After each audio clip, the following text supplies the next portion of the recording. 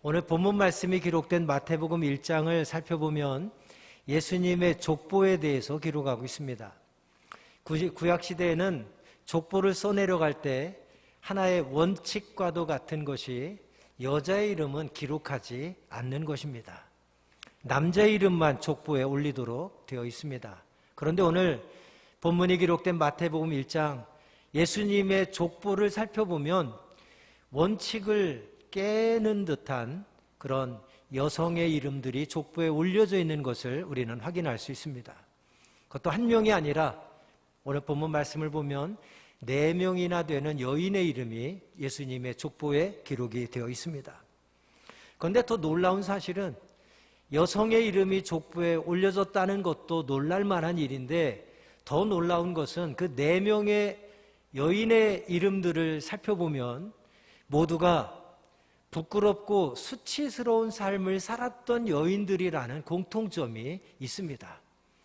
그래도 정말 위대하고 훌륭한 사람이라면 얼마나 위대하고 훌륭했으면 여자들은 족보에 이름을 올릴 수가 없는데 이 사람의 이름이 올려질 수 있을까라는 생각을 우리가 가져볼 수 있을 거예요. 그런데 희한하게도 예수님의 족보에 이름을 올린 4명의 여인은 위대하거나 훌륭한 여인이라기보다는 그들의 삶을 우리가 추적해보면 참 부끄럽고 수치스러운 삶을 살았던 여인들이었음을 우리는 확인할 수 있습니다. 잠시 간단하게만 살펴보면 본문 3절 초반절에 기록된 첫 번째 여인은 다말이라고 하는 여인입니다. 다말은 남편이 죽은 후에 시아버지를 속이고 시아버지와 관계해서 아들을 낳은 여인입니다. 오늘 지금 이 시대에 만약 이런 행동을 한다고 해도 사회적으로 비난받고 지탄받을 만한 그런 부끄럽고 수치스러운 여인이었습니다. 그런데 그러한 여인 다말이라고 하는 여인의 이름을 본문 3절 초반절에 예수님의 족보에 그 이름을 기록하고 있습니다. 두 번째 등장하는 여인은 본문 5절 초반절에 기록된 라합이라고 하는 여인입니다. 이는 우리가 잘 아는 대로 기생이었습니다. 더 쉽게 말하면 몸을 파는 직업 여성이었습니다. 그렇게 부끄럽고 수치로운, 오늘날에 봐도 부끄럽고 수치스러운 여인인데 그 기생 라합의 이름이 오늘 본문 초반절에 5절 초반절에 예수님의 족보에 기록되었다는 사실입니다. 세 번째 기록된 여인은 본문 5절 하반절에 기록된 룻이라고 하는 여인이었습니다. 룻은 이방 여인이었습니다. 당시에 이스라엘 사람들은 이방인을 개 취급했습니다. 개만 또 못한 그런 취급을 했던 부류가 있다면 이방인들이었습니다. 그런 개보다도 못한 사람으로 취급받는 이방 여인의 이름이 예수님의 족보에 또 세 번째로 올려져 있습니다. 마지막에 기록된 여인의 이름은 본문 6절 후반절에 기록된 밧세바라고 하는 여인입니다. 본문에는 우리아의 아내다라고 기록하고 있습니다. 밧세바가 누굽니까? 다윗이 남의 아내를 빼앗았던 그 여인의 이름이 밧세바입니다. 그리고 다윗과 관계를 통해서 솔로몬을 낳게 되지요. 우리들이 이 예수님의 족보를 보면서 특별히 등장하는 4명의 여인의 이름을 보면서 생각하는 것은 어떻게 부끄럽고 수치스러운 여인의 이름이 예수님의 족보에 올려질 수 있을까 하는 겁니다. 아마 여러분 가문의 족보를 써내려갈 때도 이 여인들이라면 여러분들이 아마 뺐으면 좋겠다라는 생각을 가질 거예요. 사실 성경을 읽을 때마다 이 말씀을 읽으면 불편한 것이 사실입니다. 이 여인들의 이름이 차라리 기록에서 빠져 있었더라면 더 좋았을 거라는 생각도 해봅니다. 그런데 왜 하나님께서는 이 여인들의 이름을 예수님의 족보에 기록했을까요? 실수로 기록한 것이 아니라 하나님은 분명한 의도를 가지고 기록했다는 것에 우리는 주목해 봐야 됩니다. 하나님께서 다른 사람의 족보도 아닌 예수님의 족보에 그런 부끄럽고 수치스러운 여인들의 이름을 기록했다라고 하는 것은 오늘 우리에게 주시는 강력한 메시지가 그 속에 담겨 있습니다. 그 강력한 메시지가 무엇입니까? 그것은 완전한 용서, 완전한 사랑의 메시지인 줄로 믿습니다. 하나님은 모든 죄인을 용서하시는 분이세요. 하나님은 모든 사람을 사랑하시는 분입니다. 그래서 그들에게 새로운 기회를 주셔서 새로운 삶을 살고, 지금까지는 부끄럽고 수치스러운 삶을 살았지만 하나님께서 용서하시고 하나님께서 사랑하셔서 그들에게 새로운 기회를 주셨을 때 그들은 새로운 사람으로 변화되어 새로운 삶으로 하나님의 기쁨이 되는 그런 하나님의 사람이 된 줄로 믿습니다. 오늘 본문 말씀을 통해서 우리에게 주시는 메시지는 바로 그겁니다. 우리도 그 하나님의 사랑을 본받아 모든 사람을 용서하고 모든 사람을 사랑하며 살자 하는 것입니다. 그래서 저는 믿음의 최고의 단계는 용서의 단계, 사랑의 단계라고 저는 믿습니다. 예배 열심히 드리고 찬송 열심히 하고 맡겨진 열심히 봉사하고 모든 것 다 중요하지만 뭐니 해도 믿음의 최고의 단계는 용서할 수 있는 그 자리까지 나아가는 것.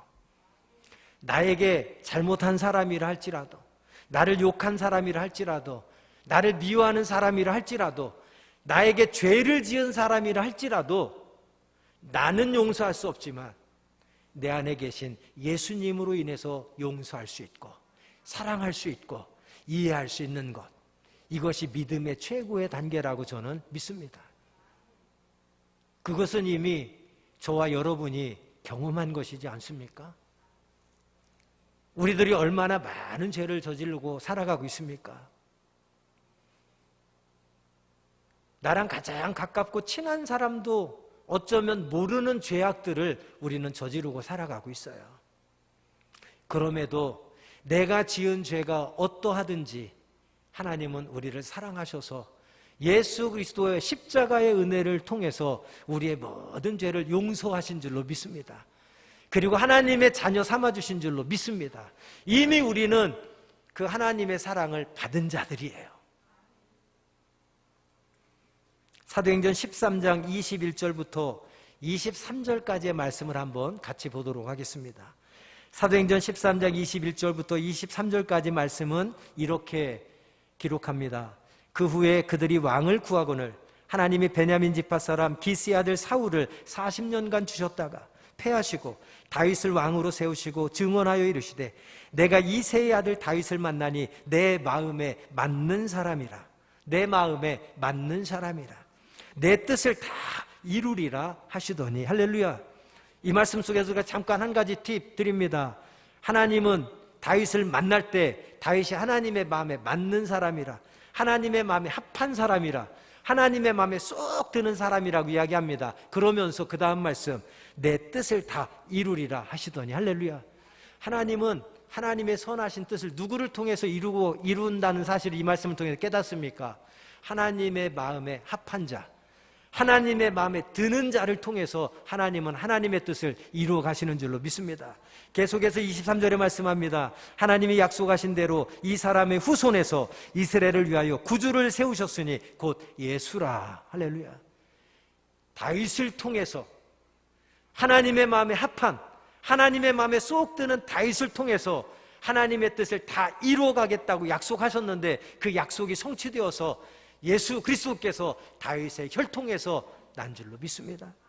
특히 21절 중반절 이후의 말씀, 하나님께서 다윗을 만나니 내 마음에 맞는 사람이라. 할렐루야. 오늘 설교 제목을 이런 사람 되게 하소서라고 정해봤습니다. 어떤 사람?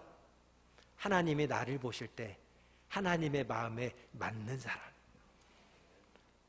하나님이 여러분 한 분 한 분을 보실 때에 하나님의 마음에 쏙 들고 하나님의 마음에 쏙 맞는 분들이 되시기를 주님의 이름으로 축복합니다.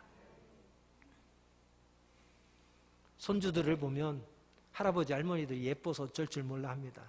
제가 확인한 것만 해도 우리 교회 할머니 할아버지 되신 분들 핸드폰을 보면 손주들 사진 없는 분들이 없으세요. 손주들 영상 없는 분들이 없으세요.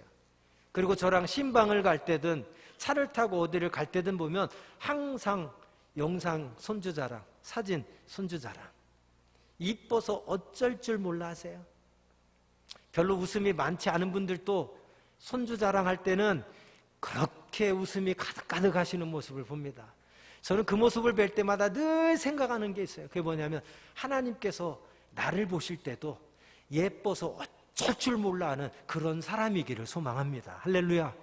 여러분들도 하나님께서 여러분 한 분 한 분 뵐 때에 예뻐서 어쩔 줄 몰라 하는 그런 사람이 되시기를 주님의 이름으로 축복합니다. 특별히 할아버지 할머니들은 여러분의 손주를 사랑해서 이뻐서 어쩔 줄 몰라 하듯이 하나님께서도 여러분 보실 때 그런 존재가 되었으면 좋겠습니다.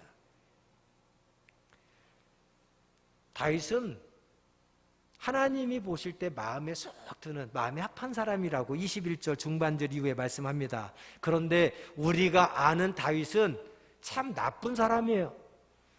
악한 사람입니다. 너무너무 못된 사람입니다. 그런데 그런 그가 어떻게 하나님의 마음에 쏙 들 수 있었을까요? 우리가 잘 아는 대로 다윗은 남의 아내를 빼앗은 사람입니다. 그리고 그것을 숨기기 위해서 그 아내의 남편, 다른 사람도 아니고 자신의 충성스러운 부하였는데 그 부하를 죽인 사람입니다. 정말 도저히 용서할 수 없는 아주 악하고 아주 나쁜 죄인이었습니다. 죄인 중에서도 도저히 용서 못할 죄인이 다윗입니다. 그런데 하나님은 다윗을 보시고 마음에 쏙 든다고 그러셨어요. 그리고 다윗을 통해서 예수님을 탄생케 되는 예수님의 조상이 되게 하셨습니다. 어떻게 그렇게 악하고 못된 죄인 다윗을 하나님은 축복하셔서 그런 위대한 이스라엘의 왕으로 사용하셨을까요? 믿음의 조상으로 사용하셨을까요? 예수님의 조상으로 사용하셨을까요? 그것은 사무엘하 12장 2절 말씀, 12장 이후의 말씀을 보면 우리는 이런 과정을 통해서 하나님이 그 악하고 용서받지 못할 죄인 다윗을 용서하셨고 사랑하셨고 새로운 기회를 주셨구나 하는 사실을 확인할 수 있습니다. 우리가 잘 아는 대로 사무엘하 12장 말씀에 보면 하나님께서는 나단 선지자를 다윗에게 보냅니다. 그리고 그의 죄를 지적합니다.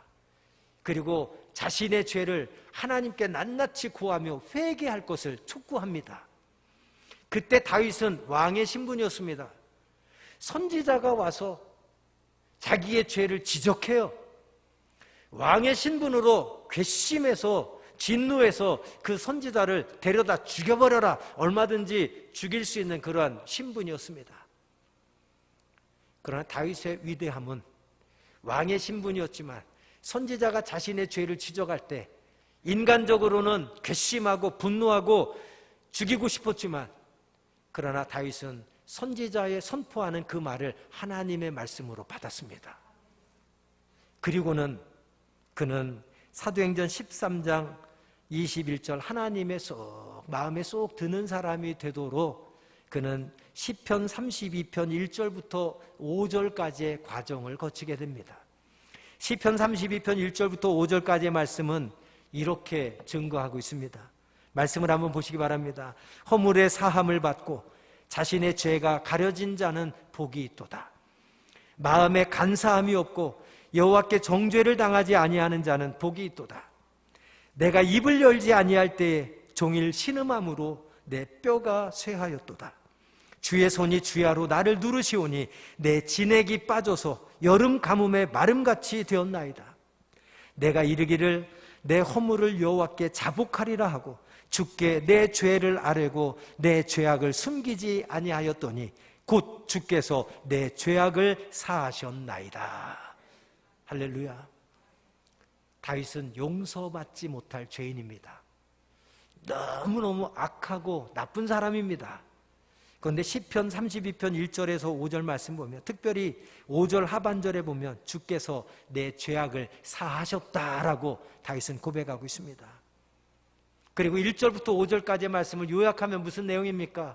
나 같은 죄인이 하나님의 은혜로 받은 복이 너무 많다는 거예요. 그런데 자기가 받은 복 중에서도 가장 큰 복, 가장 최고의 복은 나의 죄를 용서해 주신 복이라고 다윗은 고백하고 있는 것입니다. 여기서 우리가 두 가지 다윗을 통해서 본받아야 될 점이 있습니다. 뭡니까? 첫 번째는 다윗은 자신의 죄 때문에 시편 32편 1절부터 4절까지 보면 자신이 지은 죄 때문에 종일토록 신음했다라고 고백합니다. 자기가 지은 죄 때문에 뼈가 다 쇠해버렸다고 고백하고 있습니다. 자기가 지은 죄 때문에 자기 몸 안에 진액이 다 빠져나가서 여름 가뭄에 마름같이 다 말라버렸다고 고백하고 있습니다.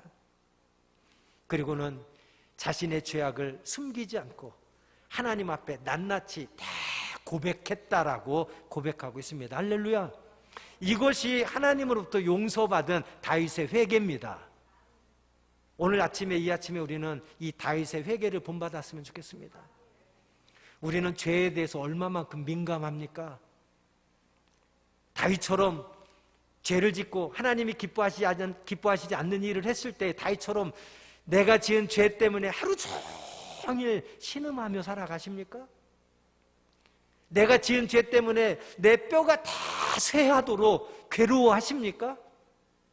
내가 지은 죄 때문에 괴로워서 내 몸에 진액이 다 빠져나가도록 마르고 수척해지는 그러한 일을 경험해 보셨습니까? 요즘 많은 사람들이 신앙생활 한다고 하면서 예수 믿는다고 하면서도 죄에 대해서 둔감합니다. 밥 먹듯이 죄를 짓고 있습니다. 죄를 짓고도 하나님을 두려워하지 않습니다. 죄를 짓고도 당당합니다. 담대합니다. 그런 우리들의 모습을 오늘 회개하고 있는 다윗의 모습과 비춰볼 때 우리가 무엇보다 회복해야 될 것은 우리의 영적 민감함이 살아나야 될 줄로 믿습니다. 죄를 지었을 때, 하나님 기뻐하시지 않는 일을 했을 때 우리도 다윗처럼 내가 지은 죄 때문에 하루 종일 고통 가운데 괴로워하며 신음할 수 있는 영적으로 민감한 하나님의 사람, 내가 지은 죄 때문에 괴로워서 고통스러워서 내 뼈가 쇠하고 내 몸에 진액이 다 빠져나갈 정도로 빼쩍 말라가는 그러한 죄에 대한 괴로움, 고통, 하나님에 대한 부끄러움, 자복, 이것들이 우리 가운데 살아나야 될 줄로 믿습니다. 두 번째, 다윗의 회개는 나단 선지자의 책망을 받고 다윗은 자신의 죄를 감추지 않고 덮지 않고 하나님 앞에 하나도 숨김없이 다 고백했다는 것입니다. 그럴 때에 하나님께서는 은혜의 하나님, 자비의 하나님, 우리의 죄가 주홍같이 붉을지라도 양털같이 희게 해주시는 사랑의 하나님인 줄 믿습니다. 다윗의 죄가 도저히 용서받을 수 없지만 그럼에도 하나님께서 그의 죄를 용서하시고 사랑하시고 새로운 기회를 주셔서 하나님의 사람으로, 예수님의 조상으로, 믿음의 조상으로, 이스라엘의 위대한 왕으로 사용하신 것은 하나님 앞에 이런 철저한 회개가 있었기 때문이라고 하는 사실입니다. 신약의 바울도 마찬가지입니다. 우리가 잘 아는 대로 바울은 예수 믿는 자들을 핍박하는 자였습니다. 하나님의 충성스러운 종이었던 스데반 집사님이 돌에 맞아 순교하는 현장에서 그 순교하는 일에, 스데반 집사님을 죽이는 일에 직접적으로 가담했던 사람이기도 합니다. 기독교의 입장에서 보면 이 바울은 적 그리스도의 삶을 산 사람이라고 할 수 있겠습니다. 이후에 바울이 괘씸하고 고백했지만 바울은 죄인들 중에서도 괴수와 같은 그러한 사람이었습니다. 그럼에도 예수님은 바울을 용서하셨습니다. 그럼에도 예수님은 바울을 사랑하셨습니다. 그럼에도 예수님은 바울에게 새로운 기회를 주셨습니다. 그래서 신약의 거의 절반 가까이나 되는 바울 서신을 기록했고 신약의 가장 위대한 사도로 쓰임받을 수 있었고 오늘날 세계 복음화의 기초가 되는 그런 복음 전도자로 위대하게 쓰임받은 인물이 된 줄로 믿습니다. 하나님께서 다윗을 용서하지 않았다면, 하나님께서 바울을 용서하지 않았다면 절대 그런 위대한 인물로 쓰임받지 못했을 것입니다. 그들이 그렇게 위대한 인물로 쓰임받을 수 있었던 목적은 오직 하나, 하나님이 그들의 죄를 용서하시고 사랑하셔서 새로운 기회를 주셨다고 하는 사실입니다. 그래서 바울은 고린도전서 15장 10절에 다윗과 같은 고백을 하고 있습니다. 고린도전서 15장 10절 바울의 고백입니다. 그러나 내가 나 된 것은 하나님의 은혜로 된 것이니 내게 주신 그의 은혜가 헛되지 아니하여 내가 모든 사도보다 더 많이 수고하였으나 내가 한 것이 아니요 오직 나와 함께 하신 하나님의 은혜로라. 또한 갈라디아서 6장 14절에는 바울이 이렇게 고백합니다. 그러나 내게는 우리 주 예수 그리스도의 십자가 외에 결코 자랑할 것이 없으니 그리스도로 말미암아 세상이 나를 대하여 십자가에 못 박히고 내가 또한 세상을 대하여 그러하니라. 할렐루야. 오늘 이러한 바울의 고백을 통해서 도저히 용서받을 수 없는 다윗, 도저히 용서받을 수 없는 바울이었지만 하나님의 용서하심으로, 하나님의 사랑하심으로 새로운 기회가 주어졌을 때 위대한 하나님의 사람으로 쓰임받을 수 있었던 것처럼 오늘 저와 여러분도 그 하나님의 용서, 그 하나님의 사랑을 본받아서 우리와 관계하는 모든 사람들을 후회 없이 부끄럽지 않게 여러분 용서하고 사랑하며 살아가는 하나님의 사람이 되시기를 바랍니다. 우리가 왜 모든 사람을 용서하고 사랑해야 됩니까? 우리가 모든 사람에게 왜 새로운 기회를 줘야 됩니까? 그것은 저와 여러분이 이미 먼저 하나님으로부터 죄사함, 용서받았기 때문입니다. 그리고 나 같은 죄인에게 하나님께서 먼저 새로운 기회를 주셨기 때문입니다. 그러므로 죄악된 나는 이전에 예수님과 함께 이미 십자가에 완전히 못 박혀 죽게 된 줄로 믿습니다. 이미 죄악된 나는 예수님과 함께 죽었어요. 그럼에도 우리가 육체 가운데 사는 것은 나를 위해서 사는 것이 아니라 내 안에 계신 예수 그리스도를 위하여 사는 것인 줄로 믿습니다. 그러므로 나는 용서할 수 없고 나는 절대 사랑할 수 없고 나는 내가 절대 눈에 흙이 들어가기까지 내가 먼저 손 내밀 수 없지만 나는 할 수 없지만 내 안에 살아계신 예수님이 먼저 손 내밀고 먼저 안아주고 먼저 용서하고 먼저 사랑하게 하시는 줄로 믿습니다. 오늘 그 예수님께서 우리 안에 살아 역사하시기를 주의 이름으로 축원드립니다. 제가 부흥회를 인도하러 갔었는데요, 부흥회 첫째 날 끝났습니다. 많은 분들이 참석해서 아주 말씀의 은혜를 사모하며 집회가 잘 끝났어요. 다들 기쁨 충만, 은혜 충만, 감사 충만, 행복 충만, 충만했습니다. 첫째 날부터 성령께서 강하게 역사하셔서 은혜 풍성한 부흥회 첫날을 마쳤습니다. 부흥회 끝나고 이제 예배당 밖으로 나가서 교회 출입구에서 그 교회 교인들하고 다 인사를 합니다. 인사를 하는데 우연히 어느 광경을 목격합니다. 부흥회를 끝나고 교인 두 분이 딱 지나치는데 인사도 안 하고 찬바람 휙 일으키면서 쓱 스쳐 지나가더라고요. 그 순간 제가 우연히 그 모습을 보면서 가슴이 미어졌습니다. 정말 가슴이 미어졌습니다. 그 무슨 생각이 드냐면, 아니 부흥회는 왜 왔지? 여태 부흥회 은혜 받았다고 좋아서 펄펄펄펄 뛰더니 저게 뭐 하는 거지? 그 생각이 드는 거예요. 우리가 예배 왜 드립니까? 왜 은혜를 사모하고 은혜 받습니까? 말씀에 은혜 받았다고, 예배 은혜 받았다고, 찬양에 은혜 받았다고 좋아하면서 감사합니다. 도대체 그 감사의 제목이 뭡니까? 아직도 내 안에는 내가 살아서 내가 먼저 손 내밀지 못하고 내가 먼저 용서하지 못하고 내가 먼저 사랑하지 못하는데요, 도대체 우리가 드리는 수많은 예배의 의미가 무엇입니까? 내가 받았다고 하는 그 은혜가 도대체 어떤 은혜입니까?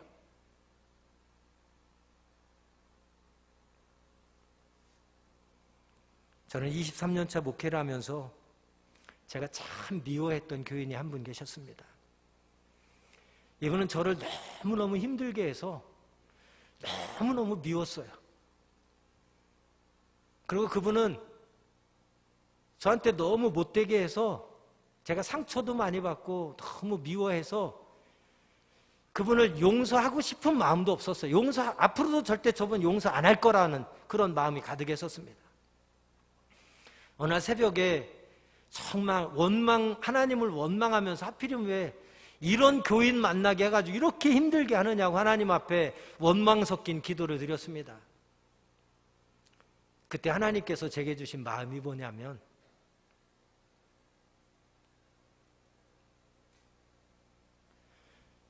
내 입장에서 그분을 볼 때는 나는 잘못한 게 하나도 없어요. 저는 정말 부끄러운 게 하나도, 하나님께도 부끄러운 게 없고 교인들한테도 부끄러운 게 없고 제 스스로에게도 부끄러운 게 없었어요. 착각인지 몰라도 교회 95% 교인들이 다 저를 좋아하고 지지하고 동참하고 열심히 협력해서 아주 목회를 행복하게 신바람 나게 하고 있었습니다. 근데 유독 그 한 분만 그렇게 미워하고 싫어하고 힘들게 하시는 거예요. 제가 볼 때는 저는 못한 게 없었어요. 부끄러운 게 하나도 없었어요. 제가 옳고 제가 다 잘했고 저는 그럼에도 그분한테 할 도리는 했으니까요. 그런데 그분은 너무 악하게 못되게 하셨어요. 그런데 그날 기도를 통해서 하나님이 무슨 마음을 주시냐면, 네가 너를 통해서 그분을 바라보면 그분이 죄인이고 그분이 나쁘지만 하나님을 통해서 그분을 바라보니까 그분도 죄인이고 저도 죄인이더라고요. 그리고 저를 통해서 그분을 볼 때는 나는 절대 그분 용서할 수도 없고 용서하고 싶지도 않은 분인데, 하나님을 통해서 보니까 하나님은 나를 사랑하시지만 그분도 사랑하시는 분이더라고요. 그 사실을 깨닫고 하나님 앞에 회개했습니다. 내 입장에서 보면 내가 다 옳고 내가 맞고 나는 잘못하는 게 하나도 없는 것 같아요. 나를 미워하고 나에게 죄짓고 나에게 못되게 하는 그 사람이 다 나쁘고 잘못하는 것 같아요. 그러나 여러분, 내 입장에서 보면 그렇지만 하나님의 입장에서 보면 그 사람도 죄인, 나도 죄인. 나도 하나님이 사랑하셔서 내가 지금까지 지은 죄를 다 용서하시고 나를 사랑하셔서 하나님의 자녀 삼아주신 분, 그분도 지금까지 지은 죄를 다 용서하시고 사랑하셔서 하나님의 자녀 삼아주신 분, 나만 하나님이 사랑하시는 게 아니라 그분도 하나님이 사랑하신다는 걸 깨달았습니다. 그날 이후 하나님 앞에 회개하고 진심으로 그분께 제가 먼저 진심으로 손 내밀었습니다. 그리고 회개했습니다. 사과했습니다. 안아드렸습니다. 그리고 지금은 살아계시지 않지만 돌아가시는 마지막 순간까지 저는 하나님의 사랑으로 최선을 다해서 그분을 사랑해드렸습니다. 사랑하는 여러분, 그래서 성경은 제사보다 순종이 낫다고 합니다. 무엇에 대한 순종입니까? 하나님의 말씀에 대한 순종이에요. 겉모습만 열심인 그리스도인, 겉모습만 주일에 빠짐없이 예배 출석하는 그리스도인, 겉모습만 믿음 좋아 보이는 그리스도인이 아니라 진정 예수님의 마음을 본받아서 내 죄를 용서해 주신 그 주님의 사랑으로 모든 사람의 죄를 용서하고 사랑할 수 있는 새로운 기회를 줄 수 있는 하나님의 사람이 되기를 간절히 소망합니다. 기도하겠습니다. 하나님 아버지, 이 시간 말씀 통해 나의 믿음과 나의 삶을 스스로 돌아보게 하시고 아직도 내 안에 살아있는 나를 주님 앞에 온전히 내려놓게 하여 주시옵소서. 이 시간 성령께서 내 안에 임하셔서 죄악된 나, 교만한 나, 이기심으로 가득한 나를 다 죽여주시고 오직 내 안에 예수 그리스도가 살게 하여 주옵소서. 나로서는 절대 용서할 수 없고 나로서는 절대 사랑할 수 없고 나로서는 절대 먼저 손 내밀 수 없지만 나는 죽어지게 하시고 내 안에 살아계신 예수님으로 말미암아 먼저 손 내밀게 하여 주옵소서. 내 안에 살아계신 예수님으로 말미암아 먼저 용서하게 하여 주옵소서. 내 안에 살아계신 예수님으로 말미암아 먼저 사랑하게 하시고 내 안에 살아계신 예수님으로 말미암아 새로운 기회를 줄 수 있는 하나님의 사람 되게 하여 주시옵소서. 예수님의 이름으로 기도합니다. 아멘.